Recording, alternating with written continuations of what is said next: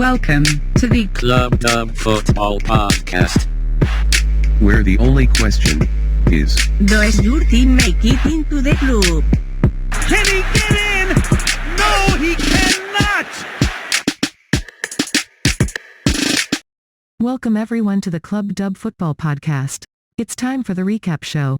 All the stories, action and misadventure from the weekend's games all crammed into one great bite-sized spectacle. The guys are ready, so let's jump right in. Hi, gents. Hi, Rob. Yo! We're going into the extension of the NFL season for the first time ever. We've got our bonus week. We've got our extra level to talk about on this week's podcast and can't wait, as there's an awful lot hanging on the results in the final week for a number of playoff hopefuls. But before we get to our Pick'em show on Thursday, we've, of course, got our recap show today. So as the, rather smart and snappy music plays, let me recap for you all of the scores in a very interesting week 17 with what was your highlight in the week of NFL football just gone? Oh, I don't know about highlight. I mean, it was just an interesting week of playoff implications, wasn't it? I think some teams saw themselves out in contention. Some kept themselves in. I think the highlight has to be Ja'Marr Chase's performance against the Kansas City Chiefs. That guy was phenomenal. 200 plus yards, 3 touchdowns. And I just think his growth this year and that connection with Burrow just looks electric. All of that, pre-season kind of scuttlebutt about him having a few of those drops in pre-season kind of goes out the window. The guy has just been incredible this year. So, yeah, I think he's the highlight. JB, how about for you? Yeah, I was kind of going to say Ja'Marr Chase as well, because he is the big on-field, I think, performance and news that we can talk about this week. That big catch, not the sort of the over-the-top one that made it into the end zone, the catch and run where he caught it surrounded by what felt like the entire sort of collection of defensive backs and safeties and everything. Great. Yeah, for the Chiefs, where he got that.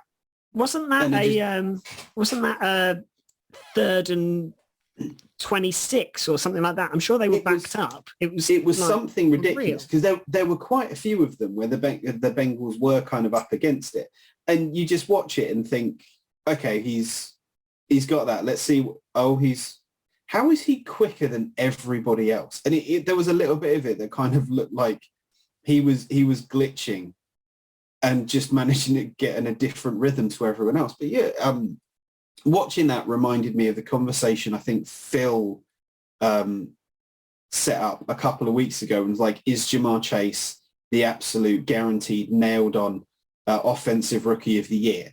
And I think I said, no, I wasn't willing yet to take him against the entire field. Categorically, that was the wrong decision, wasn't it? I mean, woof, that was a terrible thing. I do have to say, I reckon this is one of the better years for rookie wide receivers, would you say? Yeah. I think Jalen Waddle's been really good. Who's the other one? The Philly guy. Devonta Smith at the Eagles. Devonta Smith? Yeah. Good year. Yeah. Like, they've all been really good, 3 of them. But I think the interesting thing with that is what we are talking about there is examples of 3 rookie wide receivers, not Wookiees. 3 rookie wide receivers who are catching passes from their college quarterback.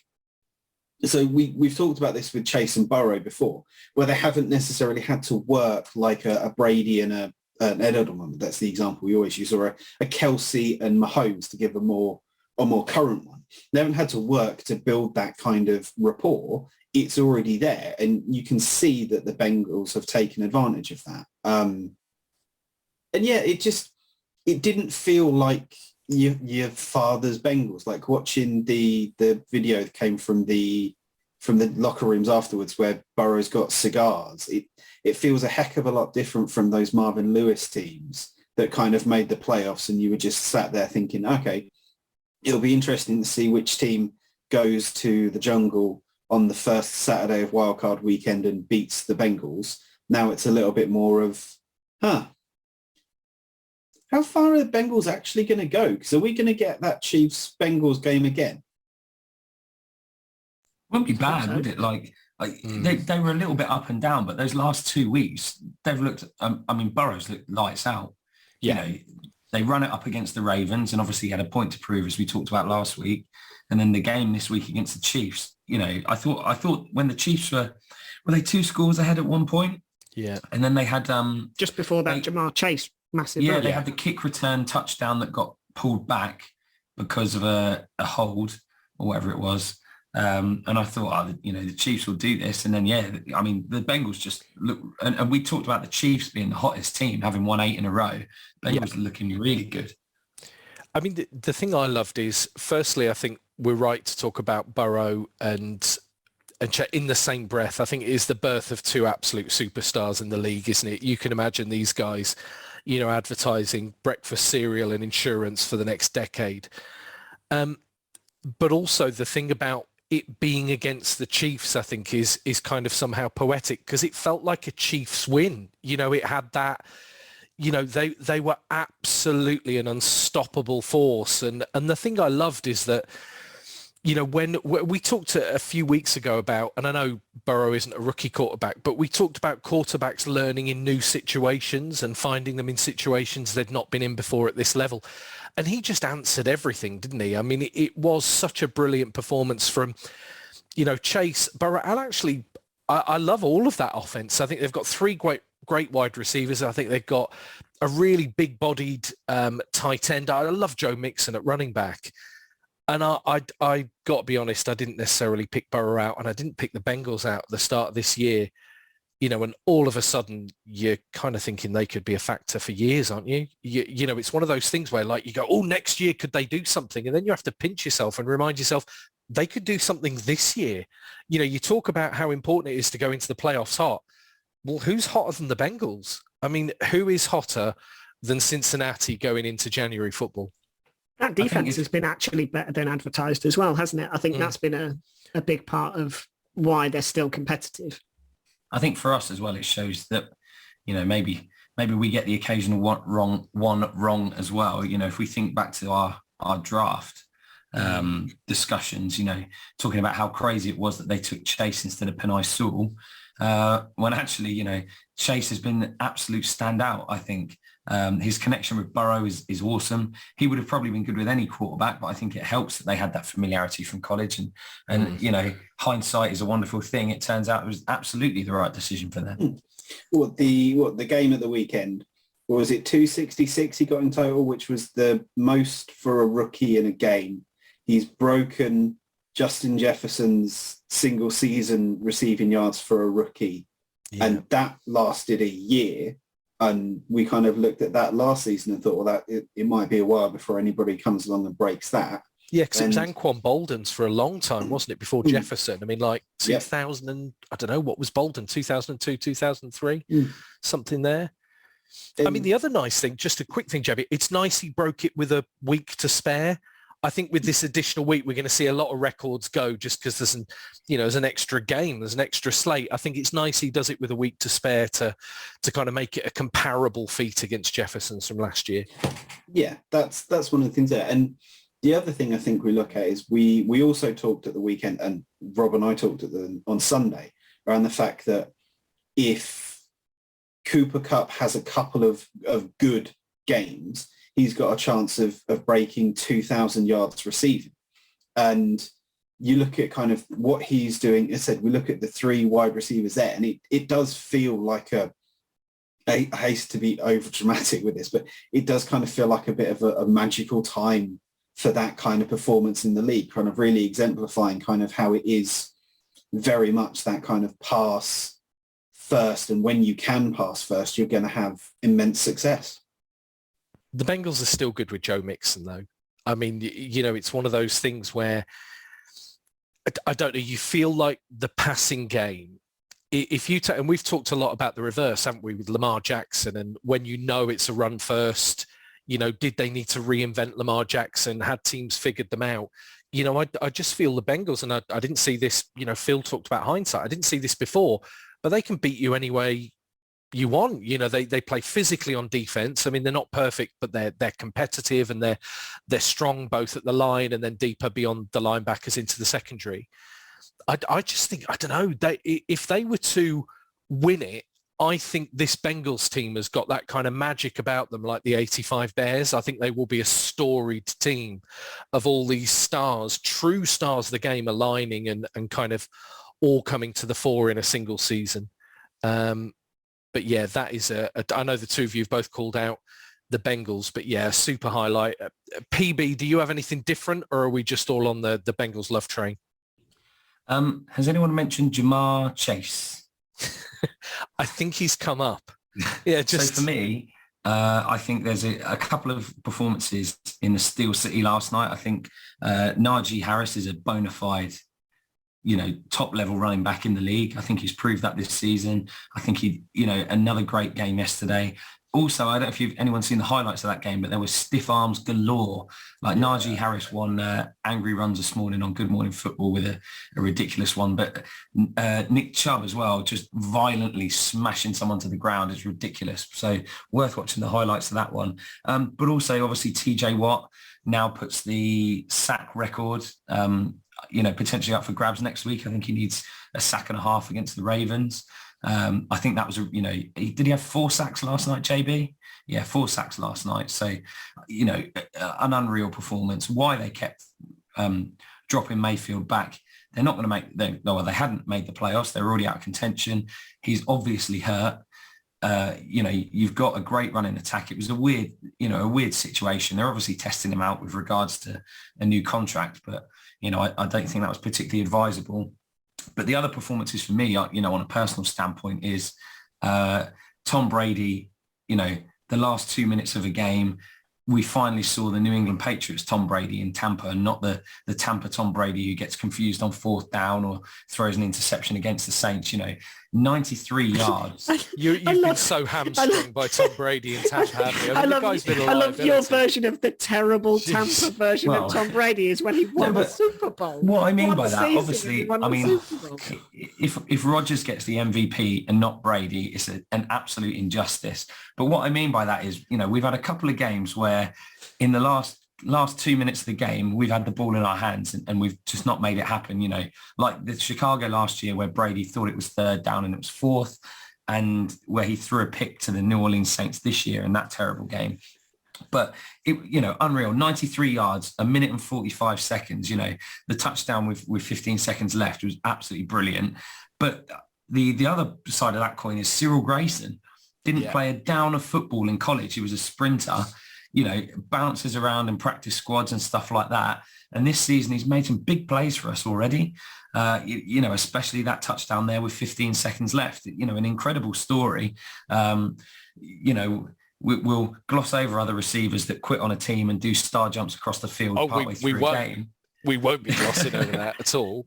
But, I think if we've got people coming on, walking on and putting up performances like that, long may that continue and kind of plug that gap. But yeah, unreal. I mean, let's hope please, can you that tell Tom him? Brady... Please tell him. Deal with this person. Let's just hope that Tom Brady can keep that level up, because, I mean, consistency really has been a problem for Tom. I mean, in his career, he has only appeared in half of all the Super Bowls that have occurred during his career, and only won, 7 of them? I mean, somebody needs to sit him down and give him a really good talking to. Stop mincing my words, or I'm going to take my shirt off and walk across our virtual table in a huff. Is that what you can do? So I'll touch on... for a lift to the airport. Good luck with that. I'll come back around to Antonio Brown, but really quickly on the Tom Brady point, you brought up Aaron Rodgers. There's a weird thing about Aaron Rodgers, which is, firstly, I talked about it a couple of weeks ago, and I think you guys chipped in as well. The Packers just keep winning and make it look really ordinary. They do these fantastic things. It's like, well, it's the Packers. They're a really good team. But one of the things that was bizarre is I watched, I don't know if you saw the Monday night snippets of Peyton Manning and Eli Manning interviewing Aaron Rodgers, and they showed clips of his Super Bowl win. And he doesn't even look like the same guy. I mean, he looks so young, and it suddenly strikes you that it has been so many years since Aaron Rodgers and the Packers won that Super Bowl. And he's had so many good teams since. And I mean, good teams don't always win the Super Bowl. It only takes one team on any given Sunday. But it does make me think, are Green Bay the team this year? So Rodgers for MVP, I wouldn't be that against. I think it's odd because you've got players now who are coming to the fore, like Burrow, for instance, or if he'd have started, how he'd have finished would have been the talk of the town, wouldn't he? But I think over the season, Rodgers feels fair and reasonable for me. However, if we're talking about Rodgers and we're talking about Brady, one of the things they have benefited from is really lengthy relationships with wide receivers, right? We talked about Burrow and Chase having this connection from college. Well, I mean, Rodgers has played with, 5 wide receivers over his whole career, the Jordy Nelson, bringing back receivers in recent years, and I just think one of the relationships we need to touch on, PB, is the relationship between Tom Brady and Antonio Brown, because, I mean, Brady's words were very well chosen. He's a very experienced, very bright guy when he talks about, what he needs at the moment is love. And I hope that he gets everything. People show him empathy. It's just a pity he won't be doing it on this football team. But Brady is also the ultimate competitor, right? You watch the mic'd up, you watch the Americas games over the years. He's screaming at people in the huddle, screaming at them on the sideline. It just seems to me that of all the things I want to know about the Antonio Brown situation, what Tom Brady really thinks would be number one on my list. Yeah, I'd agree. I'd love to know that. One of the things that apparently started it all off was at half time, AB was having a go at them, the fact that they were throwing the ball to Gronk so much. Like, I don't think he was complaining last week when he put up 100 odd yards and Gronk had like 2 targets. The whole situation is just odd. But I agree with you. I'm exactly the same. It would have been interesting to me to see him come out and be like, he quit on the team during the game and I want nothing to do with him kind of thing. But yeah, I think you're right. He has chosen his words quite well. I think if you want to know how Tom Brady feels or how the rest of that unit feels, I think it was quite telling that the only person that went to AB and told him to stop and stay with the team was Mike Evans. There was nobody else there. Nobody else rushed over. Nobody else went over to stop him or ask him what he was doing. So I feel like there's clearly stuff in that locker room that's been bubbling under with Antonio Brown. Probably, if it was me, probably feeling like the guy's got away with an awful lot. And, Arians runs a tight ship, right? We know that. And I think if I'm honest and I was Arians, I'd be a little bit disappointed that I let him back into the fold before. I think he said, what was it, last year or earlier in the off season, the guy's got one shot. If, he messes up, he's out of the team. And then you had the whole vaccination card hoo-ha and all of that nonsense. And he's still welcomed back into the team. And I think he probably feels like, with Antonio Brown, I think that sets a very easy precedent. He thinks he can get away with stuff. And he certainly seems like the sort of person in the phase of his career that he's in and where he's at mentally. Feels like if he can push the limits and get away with stuff, then he tends to do that. So but I think it was telling that the only person there was Mike Evans, and Mike Evans didn't fight it all that much. He went over to him, told him to stop. Brown continued, and Mike Evans turned around and went back to the sideline. So I think that says it all, really. It's not even that he just went back to the sideline. He went back to the sideline, went in on the next play and caught a crucial third down to keep that drive going. So yeah, that's what professional players do. Oh, he is a special player. But he had the presence of mind to try and, stop AB from imploding and then still go back out there and do his job. And I really hope he needs, I think, 58 yards, 52 yards, something like that, to get another 1,000-yard season. I really hope he does it this weekend. I mean, he's going to have to, because there's nobody else on that offense to catch balls, is there? Apart from Gronk, maybe he'll have a hissy fit, but Gronk catches too many passes. I mean, the interesting point you made at the start of that, there was always that phrase, the greater the talent, the longer the leash, isn't it? And if you've got a superstar talented player, you put up with more stuff, and it kind of gets lost. And I mean, it isn't anywhere near as big a deal as AB, but Jalen Ramsey hitting teammates in the face on Sunday, and again, this is another serious kind of top tier talent in his position. You know, I don't know, in the era of player power, and we talked about it very differently at the start of the season, didn't we, oddly, with Aaron Rodgers, you know, and just how much power does Aaron Rodgers have in Green Bay and so on. But it does seem that, you know, there's a lot of talk about young coaches, the McVays, the Kingsburys and so on. I think there's a new generation of player, and I think it just makes for this kind of, what would you call it, like soap opera Sunday feel, you know, where there can be as much going on off field as on field. Maybe things like vaccine and COVID, it's all played into this melting pot, hasn't it, this year, to make it a particularly dramatic season. But I mean, let's get this question out of the way. I think it's pretty straightforward. Does AB play again in the NFL? Yes, unfortunately. Do you think so? I think we were talking about it kind of before the pod, weren't we? And Phil, you mentioned an incredible route that he ran and caught a pass earlier in that Jets game. And I think that as much as a person, I think he certainly seems like a very poor teammate and a poor professional. But as a player, the guy has still got talent. And unfortunately, you know, I've said it kind of a bit tongue in cheek, but he's the sort of player that somebody like the Texans or somebody, you know, of that ilk takes a punt on, because if you can get half of a good AB, then he's still a good player. I kind of get it from the point of view that there could be a desperate team going into the playoffs who needs a guy to stand on one side of the field and make catches in big games. I think if you're picking him up long term, like the Texans, if you're picking him up in the off season really for next year, that is lunacy. I mean, that is to what problem? What problem do you have that AB solves? Do you not think it's more crazy to be pinning your playoff hopes on AB? Does he not derail? I don't think he'll play another snap in the NFL. So I just think that playoff. Okay. Then again, the Bucs haven't released him, have they? For all this stuff about he was going to be cut, and Bruce Arians was very decisive in that interview. He may just be suspended, and Liam just talking to the league. Yeah, they're talking to the league because basically they don't want to cut him and then him go to Green Bay and, you know, win a playoff game against the Bucs. I think what they want to do is make sure that he can't play, but also not allow him to then go and kind of walk onto another team. I mean, JB, how do you feel about this from a Steelers point of view? I mean, this was a guy who, if he gets in the Hall of Fame, and I mean, he could. I mean, he was as good a receiver as there was in football. I genuinely think, I know I'm cutting in on JB here. I think he was on the way. I don't think he will now. Well, but Terrell Owens got in and he had his moments. Anyway, JB, what do you think from a Steelers point of view, having watched, you know, probably one of the best wide receivers in Steelers history, certainly up there? Does this, I don't know, sadden you, surprise you? It was all a bit odd when he left the Steelers, but this is other level, isn't it? So there's two questions here. Your first question was, do we think Antonio Brown will play another snap of football in the NFL?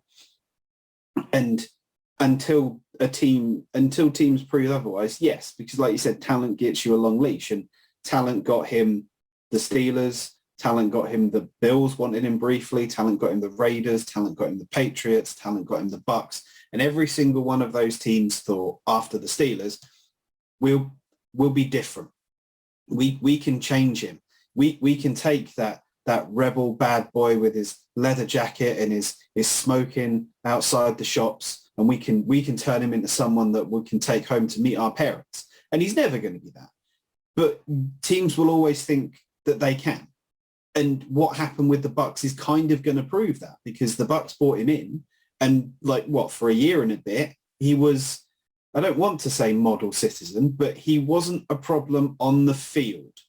And teams will still look for that. I said there's going to be a point where a team is going to be desperate, and they'll probably bring him in. To go to your second point around, does he go into the Hall of Fame? Where does his standing sit in terms of NFL performance and everything like that? We have already spent a good chunk of time on this podcast talking about Ja'Marr Chase. And we've mentioned guys like Cooper Kupp. We've mentioned Jalen Waddle. We've mentioned Devonta Smith, rather, at the Eagles and that. All of those are players like Chase and Kupp at the moment are kind of pushing at playing and performing at the level that Brown was at his peak. And this is Cup's third season, I think. This is Chase's first. So if this is the end of Antonio Brown's career, it's 3 or 4 years that you have to be retired before you get consideration for Canton. He's not a first ballot Hall of Famer, so he's not going to go in his first thing. So you're looking at, let's say, 5 or 6 years before legitimately he would get in. The standards that you would hold him to are going to have been surpassed by then based on what we're seeing now. These players now are going to do what he can do, but better, and being honestly with hopefully and probably much less controversy going on around it, to the point that he might get in eventually, maybe on a year where they haven't got as many people to put in. But no, I don't see it happening. Even his catches, written like that record he had for achieving at least X number of catches and X number of yards has already been broken. I think it's Terry McLaurin that's done that. I could be wrong on that. I know someone's done recently. There was a big thing about someone else with like number of catches in a season and breaking that record. All of those kinds of things are already under threat from other people. How would you rate him in comparison to that? I don't know. It's a lot. I mean, I'm going to sound like a Ravens coach now, and I'm saying don't give, Jamar Chase his gold jacket just yet. 7 Pro Bowls, 7 1,000-yard seasons, including 2 which nudged on 2,000 yards. I mean, he did it for a lot longer than Megatron. Yeah, I don't know. I know it feels at the moment like an absolute circus, but I mean, even in his down year, what is he now, 33? I mean, in his down years, he put a Super Bowl ring on his hand. I mean, I don't know. I think this maybe isn't the week to talk about it, but I think he's got a shot.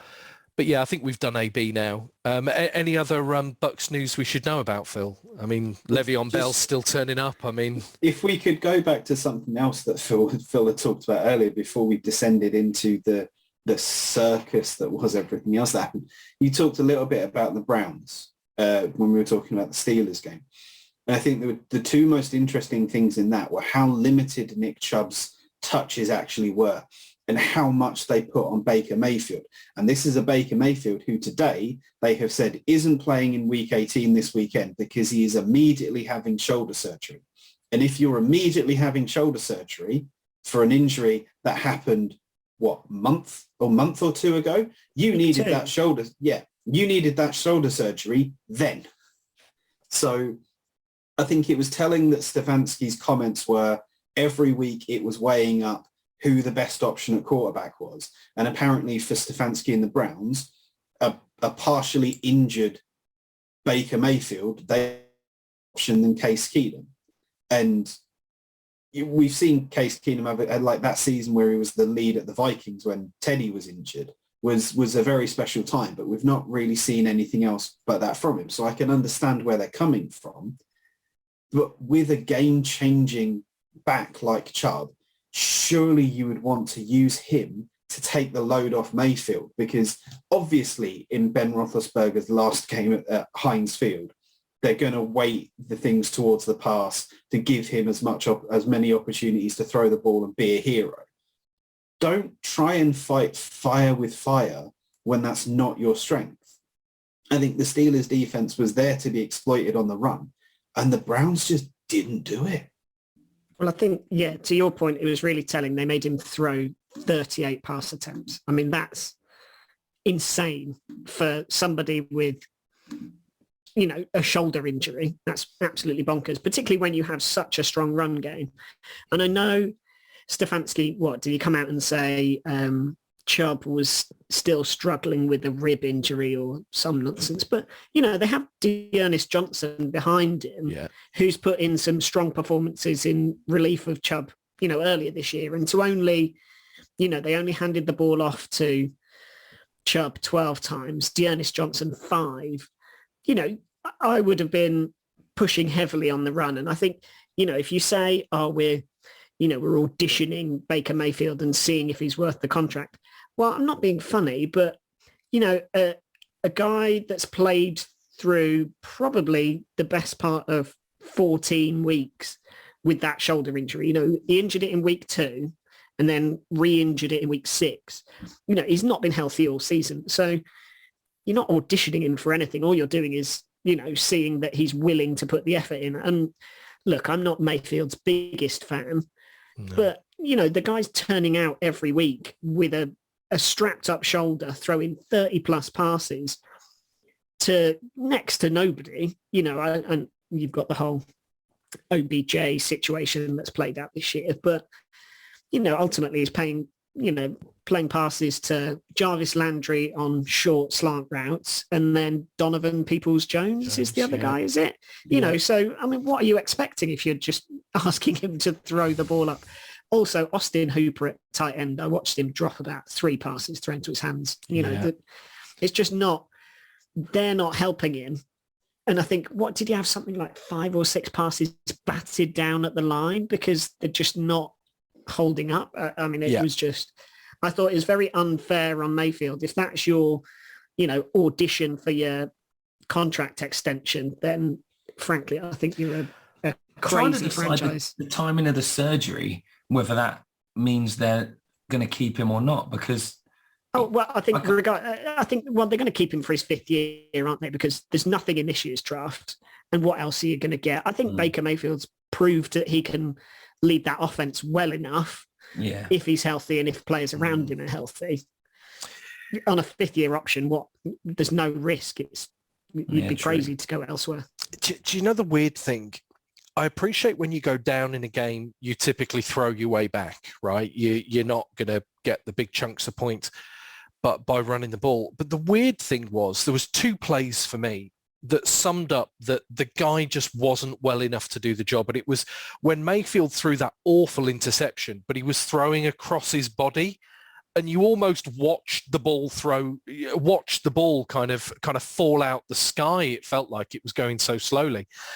And then the other thing that struck me is actually when they were kind of rallying and trying to come back, it was one of the Peoples-Jones catches. And basically the way the play broke down is the ball comes back to Mayfield and the running back splits left into the open field and no defender follows him. And I was just screaming at the TV going, he's wide open. And he ends up throwing to the right to Peoples-Jones, who makes the catch and gets the first down.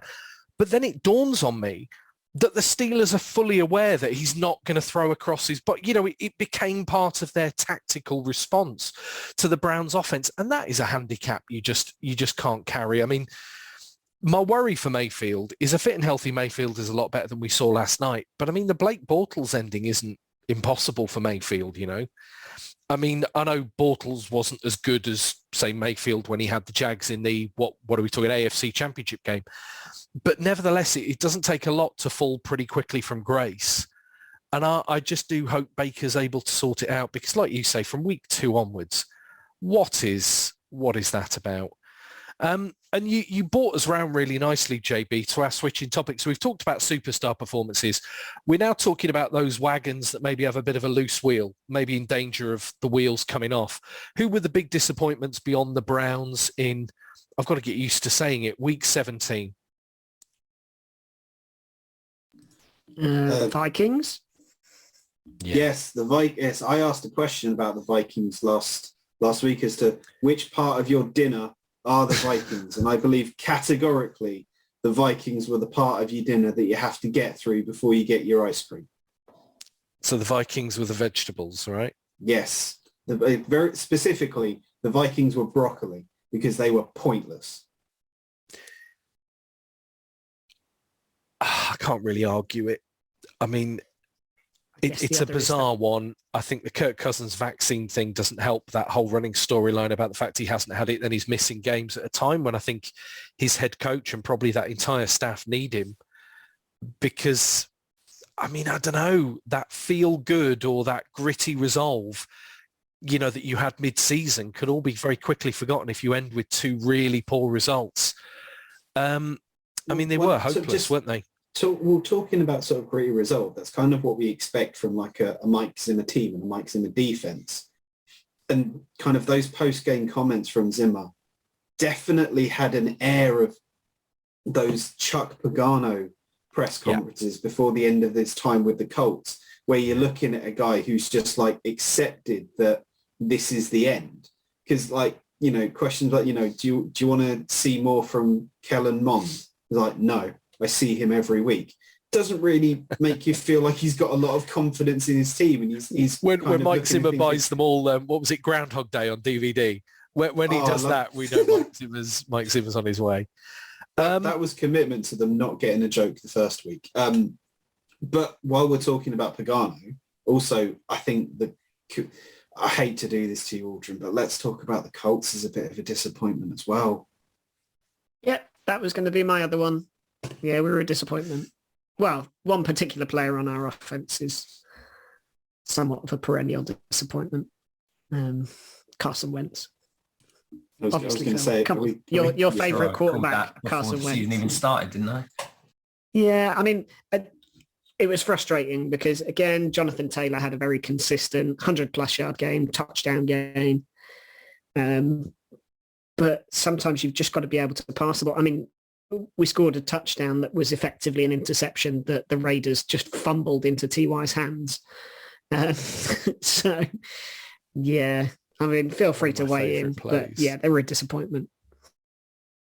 It was his face that got it for me when he was like turned around to Pittman and all the other guys was like, well, I don't know how that happened, but okay. And then they were like, do the TY celebration. He was like, really?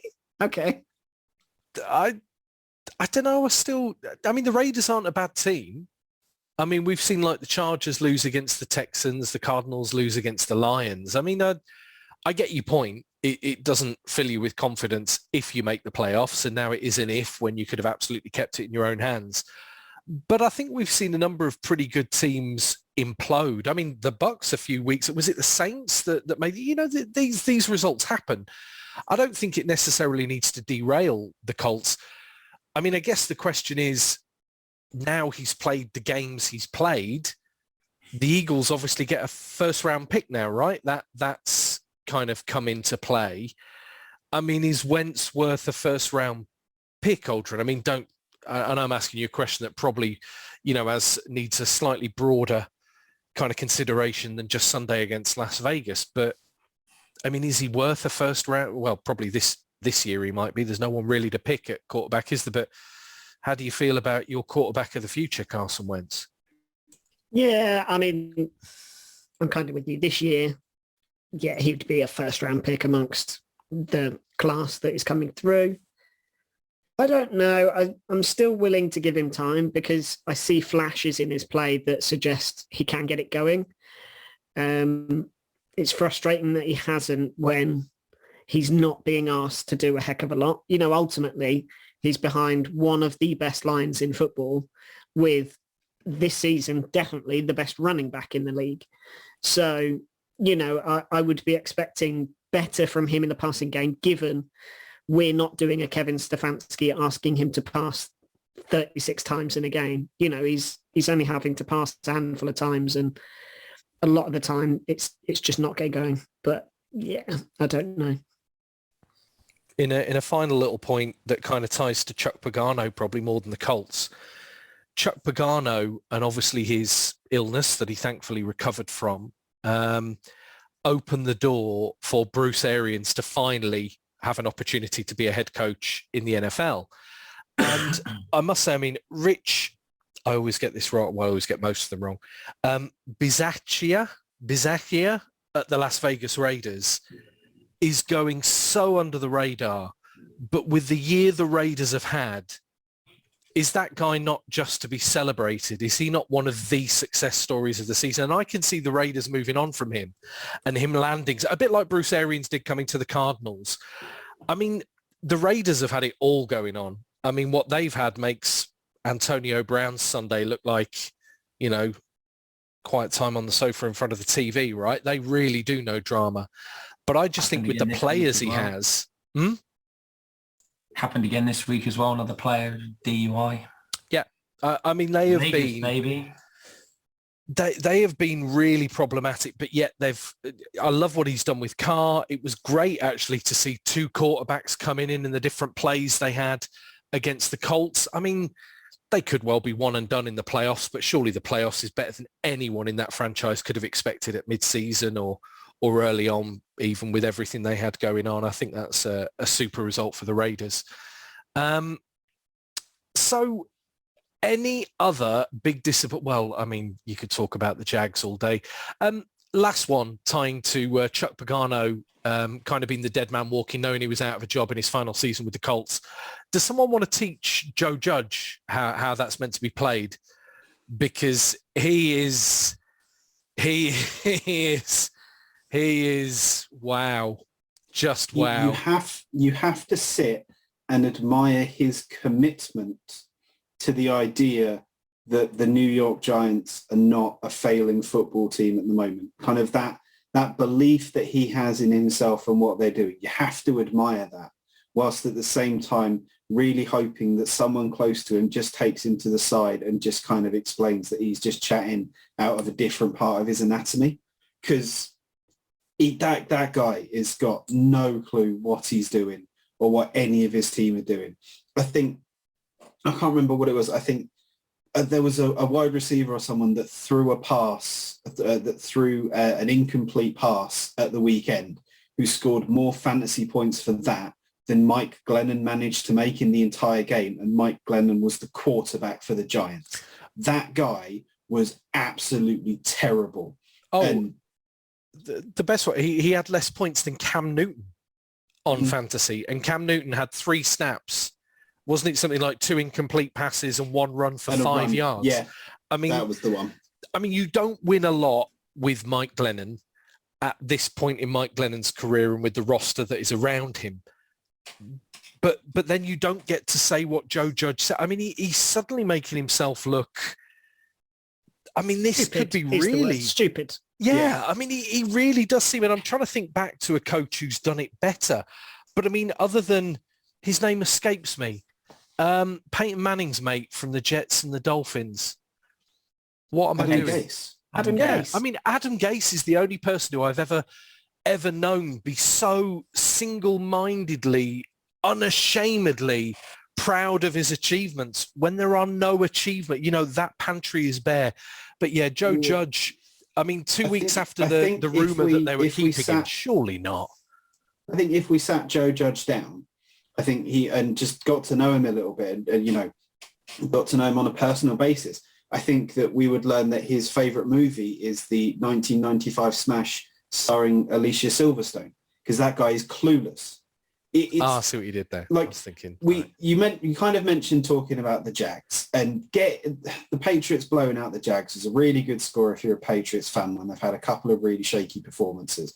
But like, the Jags aren't a football team. I'm really sorry, Jags fan, but this season you are absolutely not playing the same sport as the rest of everybody else.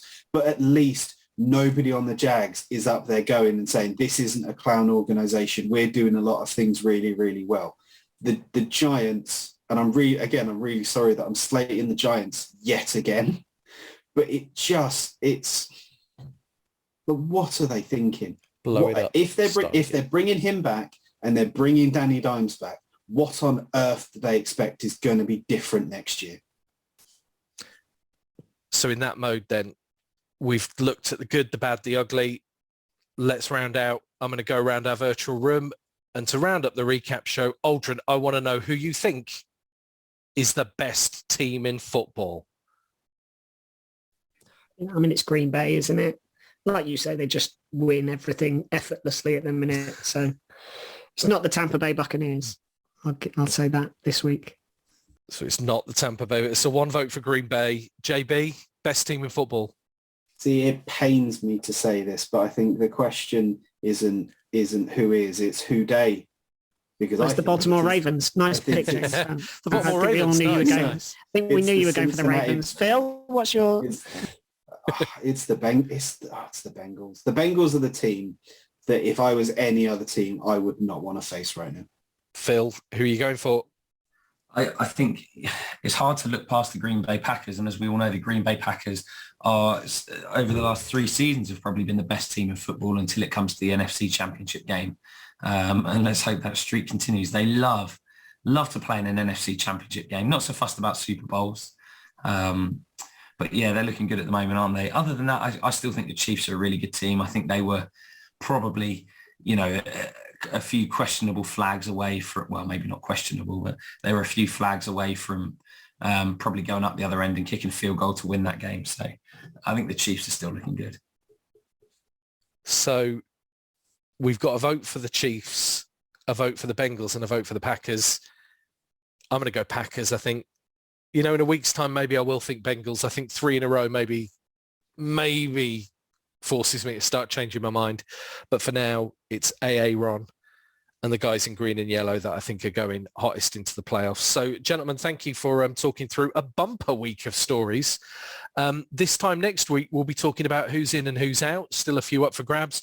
And if you want to know who we think will be making playoff football, then catch up with us on Thursday for our, hopefully short and concise Pick'em show. But for now, gentlemen, thank you for more podcast gold. Let's say goodbye to everyone in Listenerland and catch you all again in a few days. Cheers, guys. Bye, everybody. Thanks a lot.